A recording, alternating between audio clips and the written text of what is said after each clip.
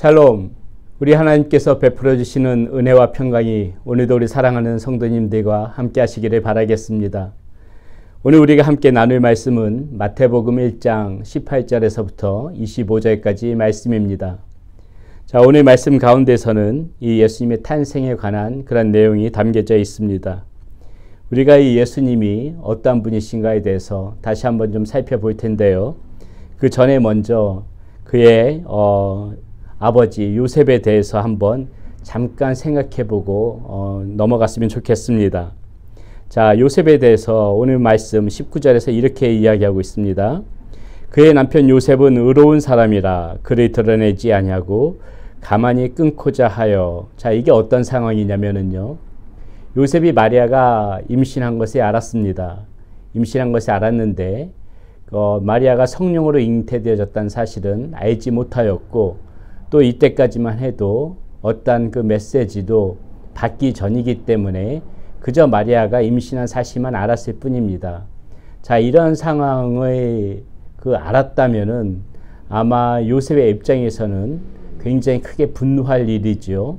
이것을 드러내서 고발하고, 또 때로는 심하면은 사람들 앞에 내어줌으로써 돌파의 매질로 마리아가 죽을 수도 있는 그러한 이 시대의 문화적인 풍습 가운데서 그런 현상도 있었기 때문에 얼마든지 그렇게 할 수가 있었습니다. 요셉이 그렇게 할 수 있음에도 불구하고 요셉은 지금 그렇게 하지 않았다고 19절에서 얘기하고 있는 것입니다. 다시 한번 보면요, 그의 남편 요셉은 의로운 사람이라 그를 드러내지 아니하고 가만히 끊고자 하여. 그냥 조용히 무마시키려고 했다는 것이죠. 이미 약혼한 상태였기 때문에 아마 파혼의 절차를 밟을 것이고, 그것도 드러내지 않고 조용히 해결하고자 했던 것이 이 요셉의 모습이라는 것입니다. 그렇기 때문에 오늘 성경에서도 그의 남편 요셉은 의로운 사람이라 이렇게 칭하고 있는 것이고요. 여러분, 우리가 오늘 이 요셉의 모습 가운데서 한 가지 좀 생각해 보았으면 좋겠는 것이 바로 이런 부분이죠.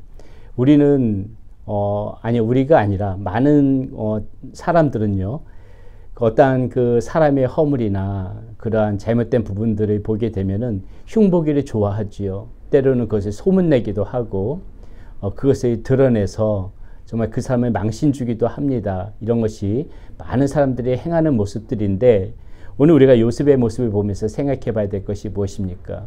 요셉이 어떻게 의로운 사람이라 칭함을 받을 수 있었다고요? 그렇게 그것을 드러내지 않았다는 거예요. 다른 사람의 잘못을 드러내지 않고 조용히 품어주려고 했다는 것이죠. 이것이 오늘 저와 여러분들이 요셉의 모습을 보면서 한번 생각해 보아야 될 부분입니다. 우리도 요셉처럼 이렇게 의로운 사람으로 하나님의 자녀로 살아가기 위해서는 참 많은 사람들의 그런 잘못된 부분이 있고, 또 사람들마다 여러 가지 허물이 있지만은 그것을 들추어내고 소문내고 험담하고 이렇게 살아가는 것이 아니라 그들을 품어주고 감추어주고, 또 그들의 허물이 드러나지 아니하도록 우리가 그런 것들을 잘 이렇게 품어줄 수 있는 그러한 사람들이 저와 여러분들이 되어져야 되겠다는 것입니다. 자, 이 요셉의 모습이 이런 모습이라는 거 다시 한번 생각하고요. 자, 그렇다면은 우리 말씀 가운데 나타난 예수님 어떤 분이실까요? 우리 그거 생각해 봐야 되겠죠. 자, 예수님 오늘 말씀을 보게 되면은 예수님을 이끌어서 이제 크게 세 가지로 우리가 한번 살펴볼 수 있을 텐데요. 먼저 예수님은 성령으로 잉태되어졌다는 그런 사실입니다. 20절 말씀에 보면 이렇게 나오지요. 이를 생각할 때에 주의 사자가 현몽하여 이르되 다윗의 자손 요셉아, 네 아내 마리아 데려오기를 무서워하지 말라. 그에게 잉태된 자는 성령으로 된 것이라. 지금 이렇게 얘기하고 있습니다. 예수님이 성령으로 잉태되어졌다는 의미는 무엇입니까? 예수님께서 곧 하나님의 아들이라는 것이지요. 곧 하나님의 아들이시기 때문에 하나님께서 그 예수님의 그 마리아의 태 속에 그렇게 하나님의 아들로서의 씨를 뿌리셨다는 것입니다. 그렇기 때문에 우리가 항상 이 말씀 가운데서 생각해야 될 것은 무엇입니까? 예수님은 곧 하나님이시다. 그 신성을 인정하고 그것을 받아들이고 그것을 믿음으로 나가야 되겠지요. 예수님께서는 하나님의 자녀이시기 때문에 하나님께서 직접 보내신 분이시라는 것을 우리가 반드시 그것을 믿음으로 받아들여서 예수님이 육신의 몸을 입고 오신 그 사실만 믿는 것이 아니라 예수님이 곧 하나님이시라는 그 사실까지도 우리가 믿음 가운데 깊게 받아들이셔야 되겠습니다. 자, 그 다음에 예수님의 그 이름에 대한 의미가 나오는데요. 21절에 이렇게 나옵니다. 아들을 낳으리니 이름을 예수라 하라. 이는 그가 자기 백성을 그들의 죄에서 구원할 자심이라 하니라. 자, 우리 그리스도 예수 그리스도의 이름 지금 예수라 하라. 그 이름을 예수라 하라 이렇게 했는데 이 예수라는 의미가 무엇입니까? 여호와가 구원하신다. 여호와가 구원이시다. 이런 의미거든요. 자, 이것은 무엇을 의미합니까? 예수님께서 무엇 때문에 이 땅 가운데 오셨는지 그 목적을 나타내는 것이죠. 바로 저와 여러분들의 구원자로 오셨다는 사실입니다. 이미 그 이름 속에 그 의미가 함축되어져 있다는 것이죠. 예수님께서는 죽을 수밖에 없는 우리들을 대신하여 십자가에 못 박혀 달려 돌아가시기 위하여 그분을 통하여서 우리를 구원받게 하시기 위하여 그렇게 구원자로 오신 것이 이 땅에 오신 목적이시란 것입니다.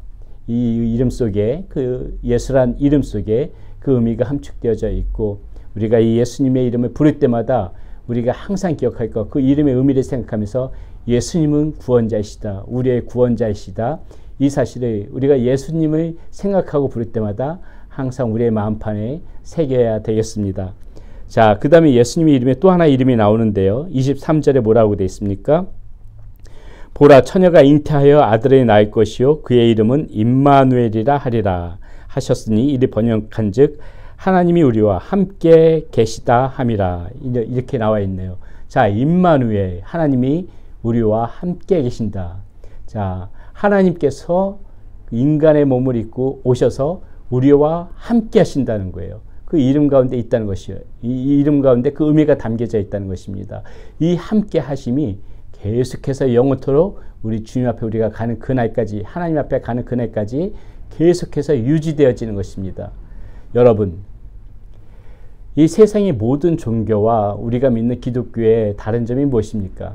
세상의 모든 종교는요, 우리의 힘으로 그 절대자 앞에 가려고 애랬어요. 자신의 노력으로 구원에 이르기 위해서 힘을 씁니다. 우리가 더욱더 거룩하여지고 승화되어지고 우리가 더욱더 그 절대자를 만나기에 합당한 모습으로 그렇게 그 절대자를 만나기 위해서 부단히 수련하고 그런 것이 이 땅의 종교입니다. 그런데 우리가 믿고 있는 이 기독교는 무엇입니까? 하나님이 우리가 노력해서 그 하나님을 만나려고 하는 것이 아니라 하나님께서 우리 가운데 내려오신 거예요. 우리를 만나시기 위해서 내려오신 거예요. 오늘 이 이름처럼 임마누엘처럼 하나님이 우리와 함께 하시기 위해서 내려오신 거예요. 우리가 무슨 노력을 해서 하나님을 만나는 것이 아니라 우리가 무슨 다른 종교들처럼 열심히 수련하고 어떠한 수양을 쌓고 이래서 하나님 앞에 간신히 도달하는 그런 것이 아니라요. 하나님께서 이 낮고 천한 정말 별 볼 일 없는 우리들을 만나시기 위해서 우리와 함께 하시기 위해서 하나님이 먼저 우리 가운데 내려오셨다는 것입니다. 이것의 차이점을 아시겠습니까? 얼마나 이것이 대단한 것입니까? 어차피 세상 사람들이 쌓는 그런 수양, 그러한 노력, 그것으로 절대적으로 하나님 만나지 못합니다. 우리의 힘에는 한계가 있고요. 우리의 능력에도 한계가 있고요. 또 우리가 그렇게 아무리 수양을 쌓는다고 해도 거룩하신 하나님을 만날 수 있을 만큼 그런 자격을 갖출 수 없습니다. 하나님께서 그것을 아시기 때문에 하나님께서 친히 비천한 인간의 몸을 입고서는 우리 가운데 오신 거예요. 그렇게 육신의 몸을 입고 오셔야만이 우리와 함께 하실 수 있기 때문에 그렇게 하나님께서는 인간의 몸을 입고 우리와 함께 하시기 위하여 이 땅에 오셨다는 사실이 오늘 이 임마누엘, 이 이름 가운데 담겨져 있는 것입니다. 그러므로 사랑하는 여러분, 오늘 우리가 이 말씀 가운데 보면서 정말 예수님이 어떠한 분이신지 우리 다시 한번 잘 생각하고 또 앞에 제가 언급해드렸던 이 요셉이라는 사람에 대해서도 한번 잘 생각해보고 이 고마우신 하나님, 은혜의 하나님 앞에 더욱더 감사하는 마음을 가지고 더욱더 열심히 예수님을 잘 믿음으로 살아가는 우리의 모습이 되어야 하겠습니다. 기도하겠습니다. 고맙고 감사하신 아버지 하나님, 오늘 말씀 가운데서 요셉의 모습을 보았습니다. 허물에 뒤치지 않는, 드러내지 않는 그 요셉의 의로운 모습을 보고 우리도 그렇게 살기를 원합니다. 하나님, 우리에게 예수님을 보내주셔서 감사합니다. 구원자로 보내주셔서 감사합니다. 하나님의 아들이심에도 불구하고 비천한 육신의 몸을 입고 우리와 함께 하시기 위하여 일부러 내려오신 그 하나님의 사랑과 그 은혜를 우리가 찬양하고 경배합니다. 하나님, 더욱더 이 하나님의 은혜에 우리가 더욱더 감사함을 가지고 더욱더 열심히 믿음 생활하며 살아가는 우리의 모습 될 수 있도록 인도하여 주시옵소서. 예수님의 이름으로 감사하며 기도드렸습니다. 아멘.